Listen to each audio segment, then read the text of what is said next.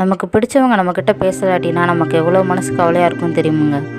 அதே போல் தான் ஒரு நாள் நான் கவலையில் இருக்கும்போது ஏசப்பா எனக்கு உணர்த்தின ஒரு காரியம், இந்த மனுஷங்க பேசலைன்றக்காக நீ எவ்வளோ ஃபீல் பண்ணுற, எவ்வளோ கவலைப்படுற, ஆனால் நான் உன் கூட பேசலைன்னு நீ என்னைக்காவது ஃபீல் பண்ணியிருக்கியா, என்னைக்காவது கவலைப்பட்டிருக்கியா அப்படின்னு சொல்லி உணர்த்தினாருங்க.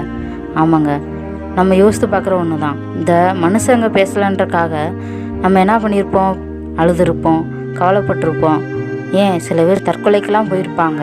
அப்படி இருக்கிற சூழ்நிலையில் ஆண்டவர் நம்ம கூட பேசலை, ஏசப்பா நம்ம கூட பேசலைன்னு சொல்லி நம்ம என்னைக்காவது ஃபீல் பண்ணியிருக்கோமாங்க? எனக்கு உணர்த்தின தேவன் உங்களுக்கும் பேசியிருப்பான்னு சொல்லி நான் விசுவாசிக்கிறேங்க.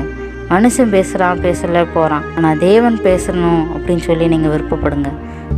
இனியும் உம்மை கேட்பேன், நீர் சொல்வதை நான் செய்வேன், என் கூட பேசுங்கப்பா, பேசாம மட்டும் இருக்காதீங்கப்பா.